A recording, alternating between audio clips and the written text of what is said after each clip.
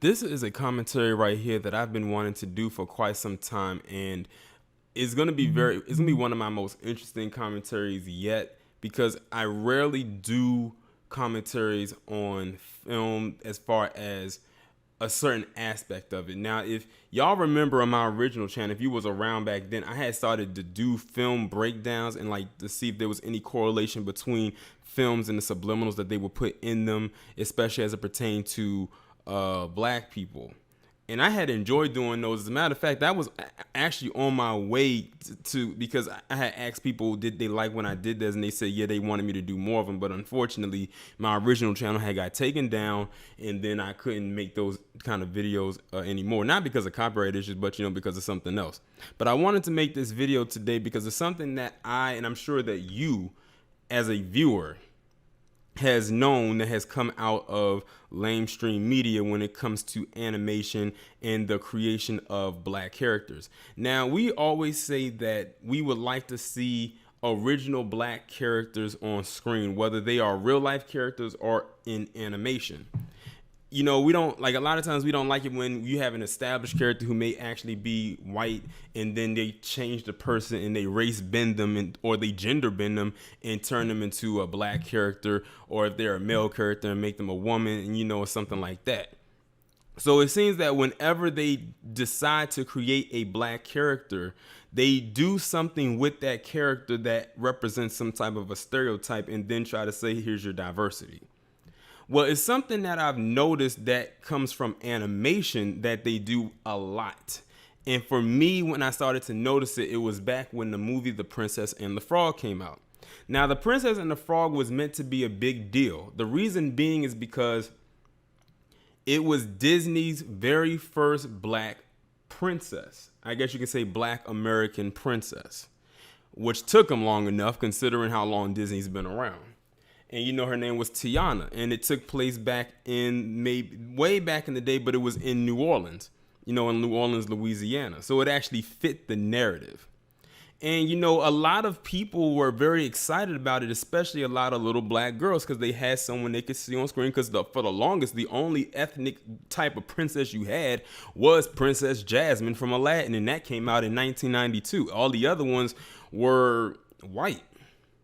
You had one Asian, you had Mulan, but I don't really consider her to be a princess, so to speak, because she wasn't royalty. She was just a person fighting on behalf of her father. But they finally made Princess and the Frog. You had a lot of people that were excited about it. But then when the movie was done, people were like, this was what you gave us? And the reason is because the movie's called The Princess and the Frog, but she spent a good 80% of the movie as a frog. Her and the prince stayed a frog for a good chunk of the movie. Like, you really didn't see her except in the beginning and at the very end when they kissed and they turned back to human. So a good chunk of the story of the movie occurred with them being a frog and going on adventures and whatnot, as a frog. It even got to the point in the movie where they had almost come to accept them just being frogs. They didn't care if they were ever human again. They just wanted to be with each other. But of course, the curse is that when you kiss the prince, that you turn into a princess, and then that's what made them human again. So that was one thing that I noticed, and I think a lot of other people did. But now I'm going to segue into another film that has not come out yet, but it's about to. And it's called Spies in Disguise. Now, this is a film that's going to be coming out. It's not under Disney. I believe it's under DreamWorks Animation. The same people that made Shrek. And this movie is going to be starring, as far as voiceover goes, is going to have Will Smith as the main character, and it's going to have Tom Holland as this boy who's supposed to be, I guess, some kind of scientist. And basically, Will Smith is this top spy, I think Black James Bond. And the thing is, when I looked at the preview for it, I said, oh, this is going to be dope. I might actually go and see this. And I might feel like a big kid because they actually made him look like a dope ass character. And then they hit us with what they did in Princess and the Frog. So basically, the premise is he's this top spy for this agency, I think out of DC. And he he works with this boy voiced by Tom Holland, who you know is Spider-Man, and he works on this experiment, I think, to make him turn invisible. And what ends up happening is he tests out this particular product. He drinks it. He drinks the wrong solution. And I think what happens is something from a bird gets into it. I forgot what it was. I have to go and look at the trailer again. And what ends up happening is Will Smith's character drinks that solution and it turns him into a pigeon. So I'm like, oh, here we go again. So you took a black character who looks dope as hell as a black spy, one of the top spies, and you turn him into a pigeon. And let me just say, a pigeon is one of the dirtiest birds in the world. A pigeon is one of the dirtiest birds. It's called a street bird for a reason. It's not an exotic bird by any means. A pigeon is one of the dirtiest, filthiest birds on the planet. And I'm not saying that to be funny. I'm being real. It really is. So that movie hasn't come out yet, but I said I see what they're doing. They're doing the Princess and the Frog thing again, where you have a black character where the movie's supposed to surround around, and you turn him into a creature. Now I'm going to segue into another one. And this one right here is what actually made me want to make this video. So there's this new movie by Pixar. Of course, you know Pixar, they are the same ones who made the hits like Toy Story and The Incredibles and Monsters, Inc. and, you know, and so on and so forth. And it's called Soul. It got announced last year at some kind of event. I forgot what it was. And we didn't know anything about it. We just knew the title of it, and they said it was going to be it's just something that's going to be coming out in 2020. And it was going to be by Pixar Disney, or Disney Pixar. But we didn't know anything about it. And when I said Soul, I said Soul. That sounds like something that could be melanated. Like it would have a melanated background to it.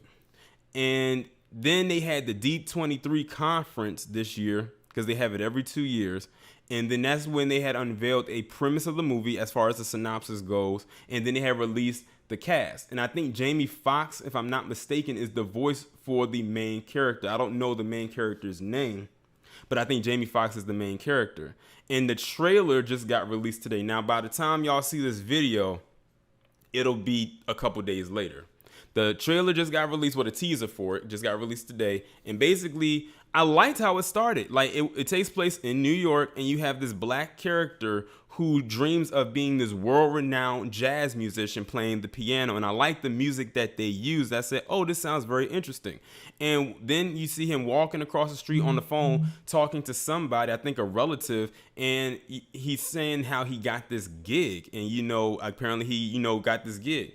And as soon as he's walking across the street, he almost gets hit by a car, but then he keeps walking. He falls down a manhole.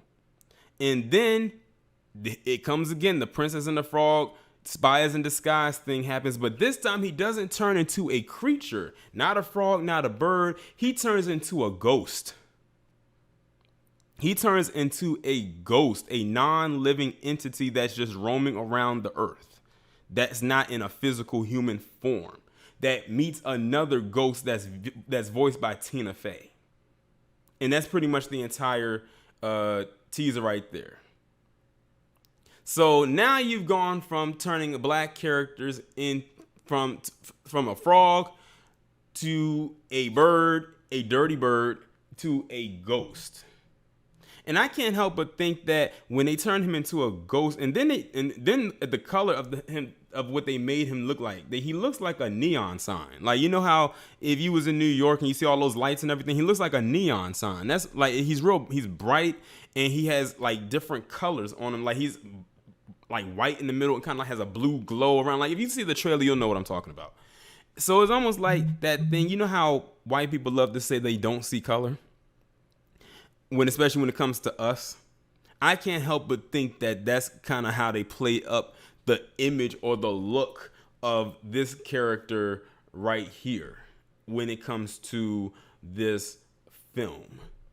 And that's what basically what they did, and that's all they showed. I'm sure there's going to be another trailer maybe sometime early next year, because I think the movie's going to come out sometime in the summer. And that was pretty much it. So I pretty much said all of this to say that that even in animation, their idea of diversity is to get black characters, create a black character, voice them by a black actor or actress, but turn them into something that dehumanizes them, because the world doesn't see us as a human being, even in film, even in films where it's just like us. They have to disguise us as savages or put us out there. Look at what they did with the Harriet debacle. They had to create some character named Bigger Long, who was a savage and a slave catcher, a bounty hunter that did not even exist in history. He doesn't exist. There is no Bigger Long rooted in history. They did it then. They've done it with so many other things. And then also when it comes to us telling our own stories, like for instance with Don Cheadle, when he wanted to make the Miles Davis film, which he did, they weren't even going to greenlight it until he created an imaginary, like not imaginary, but a fake or fictional white friend that didn't even exist. So it's like when it comes to us in the narrative or certain narratives, that we either are going to be the savage or we're going to have a white friend or a white spouse that did not exist. See, this also goes into the point where we have to go and create our own narratives, our own stories, because if you let them tell it, this is what we're going to get. Now, Tyler Perry has his own studios. I don't know if he has his own production company, but I know he has his own studio. Now, if it was up to him, like I said, it would be all on him because he holds all the cards. He can create whatever it is that he wants to, like whether we like what he puts out there or not, he's in pretty much full control of that. But if he was ever to switch gears and actually put out a solid narrative that was of good representation of us, then it would be hopefully in good taste, because it would be in control. I mean, look at what Nate Parker tried to do with Birth of a Nation. That was a very good film, but it got trashed in the media, and we know why that is. And this man stopped acting for a couple years to work on this, raised money to fund this project. He starred in it, he directed it, he co-wrote it. This was pretty much all his project. The only thing Fox Searchlight did was distribute it. That's the only thing they did. But everything else was pretty much on him. But they had to destroy that film at all costs, unfortunately. I said back then, if that movie did not do well, we don't deserve another type of film where it completely is representative of us.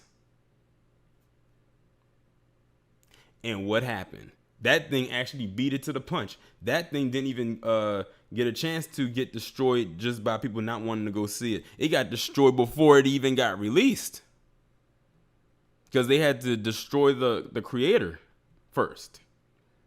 Now, I know he's working on another project right now as we speak, but we'll see how it goes. He had to lay low for a little bit since then, but hopefully he's able to work himself back out there. I know he's probably saying to himself, when this movie starts to get promoted, they're gonna probably try to bring that stuff back up. And I know they are, because they messy, they shady as hell. The people in the media and their co-contributors. But I had just wanted to come on here and talk about this, because this is just something that I noticed, that they love to dehumanize black people in animated films. Now, that's a difference when you have black actors doing the voiceover work for characters that are not human. But that's the thing, they're not human. Like, look at Eddie Murphy when he did the voice of Donkey in Shrek. Donkey was not a human, he was always a donkey. I think Kevin Hart did the voiceover for some character in some movie about pets. The character was not a human before it was a pet. It was always a pet. So that's a difference. That's not what I'm talking about. I'm talking about if they were a human being in the film, then they turned them into something else that wasn't human throughout the entire film. and then you forget what they look like. It's like you watch this movie in the beginning and you see them one way, and then it comes to the end of the film and it's like, damn, I forgot what you look like. I forgot you had looked like that, what, an hour and a half ago? Because I got so used to you looking like this. But that's just a pattern that I've been noticing, and they keep constantly doing it. But a lot of people will not point that out, nor will they call that out. So you're probably going to have a lot of people who are going to go and see this film next year and not really take that into consideration. Or even The Spies in Disguise, when they're going to take their kids to see that, and they're not going to take that in consideration because they have to cover it up with comedy. They got to make you laugh to forget that they just dehumanized this character who could have had very good character development as a human. But they have to give them character development as a human that turned into a creature or an entity. Because truth be told, that's probably how they would rather see us. After all, they did call us, they'd be calling us apes and shit. They always love to say that they don't see color, so they're turning us into ghosts. But that's really all I wanted to discuss as this topic right here. There's probably some more that I could have mentioned, but I think I got it all out, and I didn't want to continue rambling. So I'm going to end the video right here on this note. Y'all let me know what you think down in the comments, and I will talk to you in the next one.